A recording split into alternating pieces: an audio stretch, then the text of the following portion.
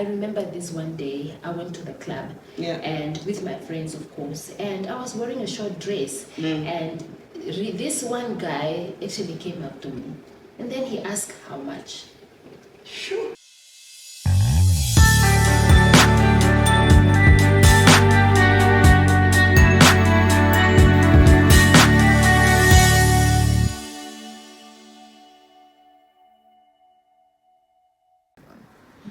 A very good morning to you all. Welcome to There's Still Hope. I'm your host for today, Litungeni Ndalenga. So this platform really is to encourage and to give hope to those that want to give up on life, and to those that have gone through life's challenges, those that are facing sorrows, and at times you just feel like you want to give up. And we're here to just remind you that there is still hope and you can still get up again.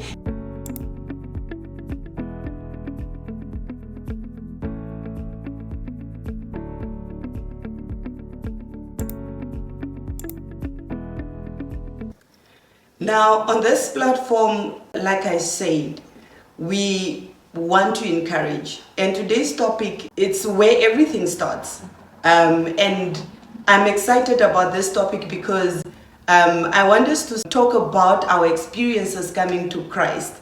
I'm joined by my lovely sister, none other than Ndalenga herself. I want to welcome her to this platform, not as the host, not as the founder, but as the guest this morning. And she will just share her experience of how she came to Christ. But we know that everything has a beginning. Ndalenga, welcome to There's Still Hope. Thank you for joining us and thank you for availing yourself to sharing your story. I know it's not always easy being the one to be interviewed.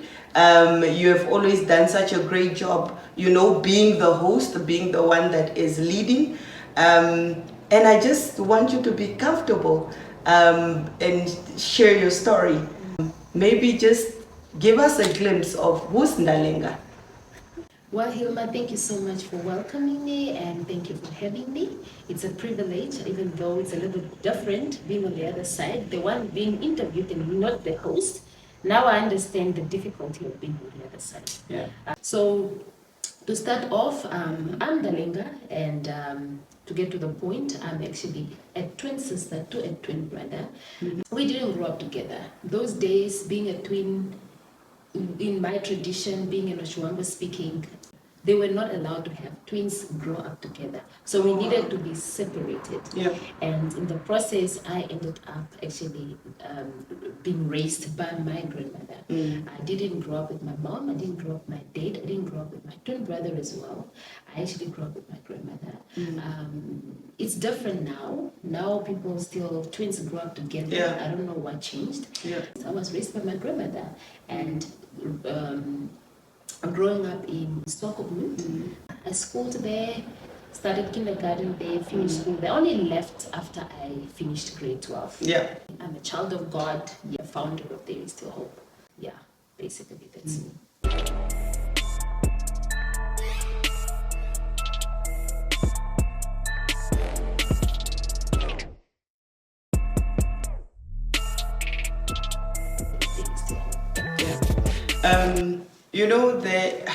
Just having sat with you prior and you were narrating your story to me, we have similarities being brought up by a grandmother. How was that, being raised by your grandmother, not being close to your parents? Growing up with my grandmother, when I talk about it actually excites me because it's one of those memories I always treasure. I was my grandmother's world, the apple of my grandmother's eye. Yeah. Her discipline, her grace, and just her raising me made me who I am today. My grandmother loved me. Yeah. You touch me, you have had to answer. You come after me. I was that girl, I was that grandchild that would run to my grandmother to go and report you, and I know you Yeah. will be in trouble. You know, she raised me well with discipline.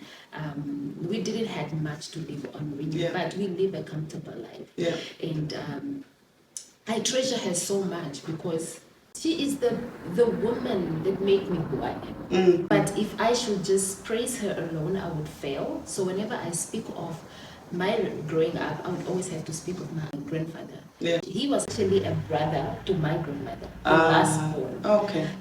So they lived together, and he was the father figure that actually raised me. You know, his integrity, stability, the protection. It was actually him. Something I would never had was it not him, because I didn't grow up with my father. He was more of a distance figure. I remember visiting him every now and then. He is no more. May his soul rest in peace. No is my grandfather. He's also no more. But he played a vital role in my life. He actually played the father role. So growing up with... And just to interject, you know, every girl needs a father. Yes. And I think this is something that I always say, as a mother to daughters as well. I always say that the girl's first love will always be the father. And that is why when their father has been a part of their lives, there is that stability and that knowledge of who they are, because they've received the love from their father. So he's actually the one that gave me that love. You Wow. know, sometimes you don't have the control how your life will come out. But I'm actually glad God gave me an opportunity to be raised by him. You know, because he played the father role. He gave me love. God had it better. Wow. You know, it just brings memories back as well, of my own journey being raised by my grandmother. And we have them to thank for the women that we are today, you know, women that are strong, women that are just very stable and disciplined, and you know, there is a certain way that you live. Had it not been for them, it would, like you said, it would most probably be very different. But just to get back to your parents, was there ever a time, you know, where you felt like, yo man, I miss my mom? How did you deal with that? Yeah, of course there were times I wished they were there, especially when you see how those who had their fathers, for example, they would run to their dads in the street, their dads would pick them up, throw them on their shoulders. You wanted it, you longed for it. So whenever I would feel like, you know, I missed my parents, or things were not just fine, I knew that there were no mother, no father to run to, but me and my grandmother, and sometimes she might not be there. You know, I would actually get in a corner and talk to my God. You know, I was very young, but my grandmother taught me how to pray. She would tell me, we'll go alongside her bed and we would kneel and we would say, Our Father who art in heaven. And I remember she even taught me 10 commandments. Do not kill, do not steal. You know, she would, and there was a book called Okatipisa, you know, Shiwambo, and I knew that. I would get into the corner and I would pray. Sometimes I would even pray, Lord, let help me not to get in trouble when I have messed up. And I would see him answer. You spoke about God, you know, and how your grandmother has already, you know, laid the foundation of prayer. And today's topic is about how you came to Christ. You know, I think the question would then be, how did you get to Christ? You know, how did this foundation that was laid lead you to giving your life to Christ? Okay, first of all, like I mentioned, my grandmother taught me how to pray. I knew about God before I met the Lord. And just to, it's like, she would take me to church. She would actually make sure that I am in church. You know, and she taught me how to read, you know, Shiwambo. Her finger would be going along the lines of the words, and she would say, this is how to sing. We would sing, you know, the hymn book, we would read the Bible, so, and we would pray. Like every Sunday, I just know that I would be dragged to church, whether I like it or up. And I also remember growing up in the streets of Mundesa. I remember there came a time that there was a lot of dancing happening. You know, they used to call them Handa Club Keka. Yeah. So those guys will come and dance in the street. And my grandmother understood that was a shibeva, and a shibeva will make you crazy. Yeah. So she would find me there and she would beat me. I would go back again, and it was just something that was so fascinating. It was so exciting for me. So this was actually a kind of like a foundation laid in my life growing up. So, well, to get back to your question, how I gave my life to Christ. Well, like I said, I was raised in a more strict setup, more of an indoor soul. After grade 12, I had to come to university. Yeah. So coming to Windhoek, it was a new world. It's a new city. You know, for the first time, I'm living the life. You know, it's freedom. No eyes watching over me, making sure. And believe me, when I was growing up, I loved beauty pageants. And I remember every time there's something in the night, my grandmother will make sure someone waits for me at the door. There is no time of escaping. They know after this kind of activity, I'm going to find myself in some room trying to. It was not happening. I left Sokopmun without knowing what is a club, you know, because she will make sure one of my nephews or someone is waiting for me at the door, and my friends knew about it. So coming to Windhoek, well, this is the life. You know, nobody watching over me, no grandmother, nobody. You know, it was very exciting, and so I found myself stepping in a new world. You know, in things that I only used to probably admire and never got to live it. You know, I'm talking about clubbing. For example, I met friends, you know, peer pressure, influence and all that. I even remember I would wear short dresses. Now, not that my grandmother bought them for me, she would buy me the longest dresses. You know, making sure that short stuff. But I had friends, you know, and they would buy me these things. I would wear them and I would feel so uncomfortable. But along the way, as you go along, I became very much comfortable. You were trained. I was trained and I was getting in. So I even remember one day when we walked with my classmates to the Ministry of Education, I was wearing the shortest dress that my friend got for me. I don't know whether she bought it for me or she borrowed, but it was definitely not mine. It was mine, somebody bought it for me. And a very, you know, showing everything. It was showing. And this woman behind us, she looked at me because all the way I was pulling this one down, pulling this one up, you know, because I was a bit uncomfortable. That was just not me. And that is what peer pressure does. I was trying to fit in. I wanted to be part of this new world. I wanted to be part of this whole thing. And I remember this woman came to me and said, "My daughter, why are you wearing like that? Everybody can see this is not you." You know, that became the longest trip back to the university because I just wish she could have kept it to herself because I became so uncomfortable. Well, I didn't wait for some days, but eventually I got back into it. I mean, the words will always go over when you're not ready. So I found myself going to clubs and it continued after time. Believe me, alcohol has never been my thing. I made a vow due to something that happened in childhood that I would never drink alcohol. So even though people really wanted me to drink alcohol, I could never drink alcohol. So who goes to a club and still have fun when you are not drinking? When you are not drunk, So around 12, you are sleeping, you know, because you can't even dance. You know, you went there because you are exhausted. Exactly, and you went there because you wanted to fit in. I wanted to please my friends. I wanted to show that I can also be part of this thing. And I can be a lot of fun. Exactly. Just to cut the story short, it continued going to clubs and all that. I was just buying the whole. You know, it's not my life. And my grandmother's words actually were always echoing in my head. I remember this one day, I went to the club and with my friends, of course, and I was wearing a short dress. And this one guy actually came up to me and then he asked how much. Sure. So he actually took you for a prostitute. Exactly. Oh, wow. And when he did that, I was like, what? It's like, how much? That actually, it made me realize that I don't belong here. But why? Why wouldn't somebody ask like that? You are wearing a short dress, you are in a club, what do you think, where do they get these people? I felt so bad. I felt like I had stood low. I honestly thought to myself, why am I here? And all those things. And you know what? The next thing I did was get into a taxi and I left home. But would you then say that was your point of, you know, of turning back? That was my point of turning back. Yeah. I felt like if somebody can look at me, Yeah. at some point you just know that this is not my life. Wow. And you know, and I believe God will speak to me too, because I will force myself in between, you know, but it's not my life. But that was just the last straw.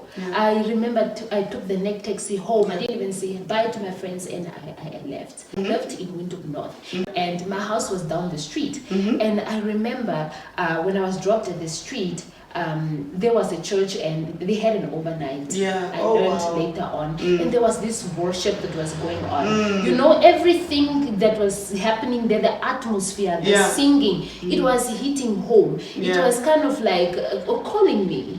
But remember, I told you, my grandmother used to tell me about the Oshiveva, that you will go crazy. So I couldn't go. But that song was comforting.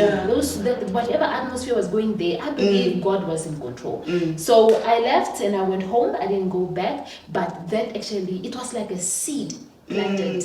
Oh wow. Yeah. So it was after some time again that I met a certain brother. I can't mention his name. And then he called me and he asked me, do you know about Jesus? And it was just near the same church again. I think they were doing some evangelism or something. And I said, yes, I know. In fact, I said, yes, I knew Jesus. I know Jesus. You know the Jesus that you know by just going to church. Yes. Not the relationship or the relational God, you know, the one that you can have a relationship with. Exactly. And actually, that's when he actually started asking me, do you know Jesus? And he started explaining to me. For me, remember I told you I used to get into a corner and I would speak to my God. He would comfort me. You know, I remember the dreams that I would have. You know, sometimes you just know that I prayed and God answered. And him actually explaining to me, he started explaining to me about salvation. He started telling me how God loves me. You know, he started telling me, and I was like, you know, the father I never had. He told me how God is a father to me, that he loves me, that he died for me. You know, that he didn't want me to get lost. He wanted me to make heaven. You know, he actually told me that he is this father to the fatherless, mother to the motherless. Kind of filling up the blanks that I had growing up, even though I didn't understand. So that's actually how I got to know about Christ. And he didn't tell me about hell and how I'm going to burn. He was more talking about the love of God. The love of God. That God loves you so much. You know, you don't have to throw your life away. And I also just knew that had I proceeded with that life, I don't know where I would have ended. You know, and that is the power of evangelism, you know, where we talk to people about Christ and his love, and not the punishment that comes with it, you know, of the lifestyle that one is in the current moment. And that is how people get won to Christ, you know.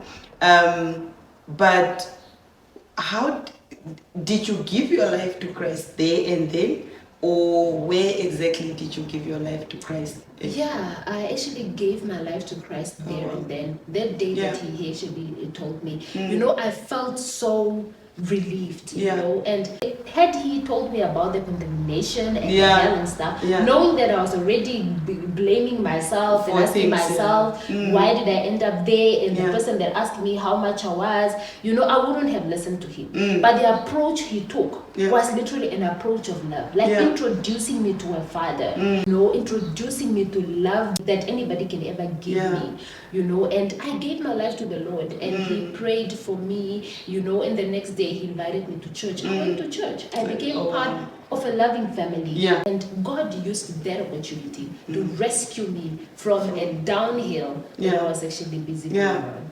Oh wow, that is such a beautiful story, and just reflecting or just showcasing the love of God, and how, you know, coming from the club that night, you needed to be dropped out at a 4-way stop. You know, you needed to hear this worship. You needed to hear these people in the overnight. And that was, as you said, was a seed planted in your heart. And we know that the seed that has been planted, it just germinates. Yeah. You know, once that seed of God's love is in you, it doesn't matter how long it takes you to get there, but I truly believe that you eventually get to Christ. Eventually you will begin to see and experience the love of Christ, you know, through everything that is around you. And he had to use that brother. You know, this brother didn't come into your DMs and, you know, started first asking or telling you, you know, how dirty you are, or he didn't start off by first telling you, no, I like you or whatever, but he really was just preaching the, you know, the love of Christ to you. And I think for us, even as viewers, we can learn from this story of how we can evangelize to people and how we can win them to Christ. You know, people are in need of God's love. People are in need of just being told that there is hope out of your situation. Yes, you know, there is never having gone too far. You know, some people ask, am I not too far gone? You know, the hand of God is not short.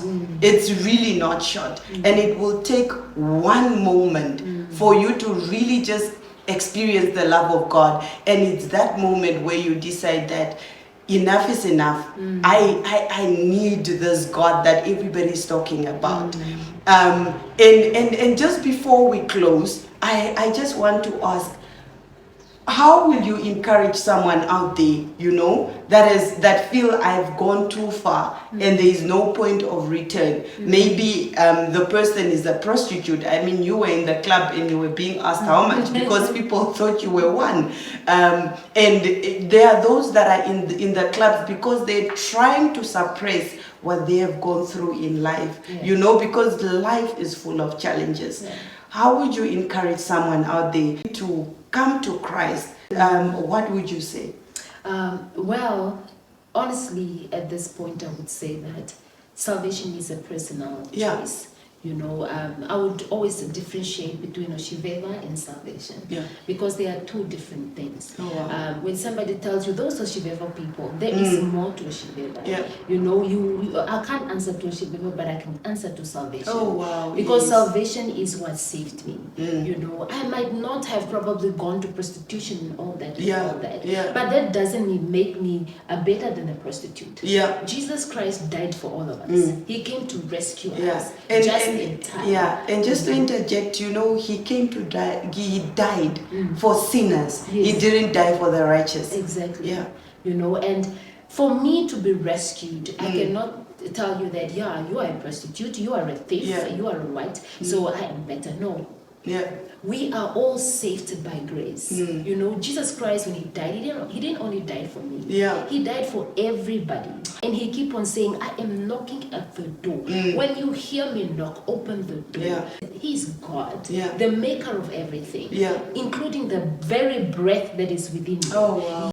So the truth is, no one can make this decision for you. You have to make your own choice. That's why he says that, when he said to Joshua, choose this day which God you will serve. So I remember giving my life to the Lord, and I got a lot of attacks. I got called names. Choosing Jesus is choosing life. And if you don't choose him now, I pray to God that before you end, you will get to choose him. Oh, wow.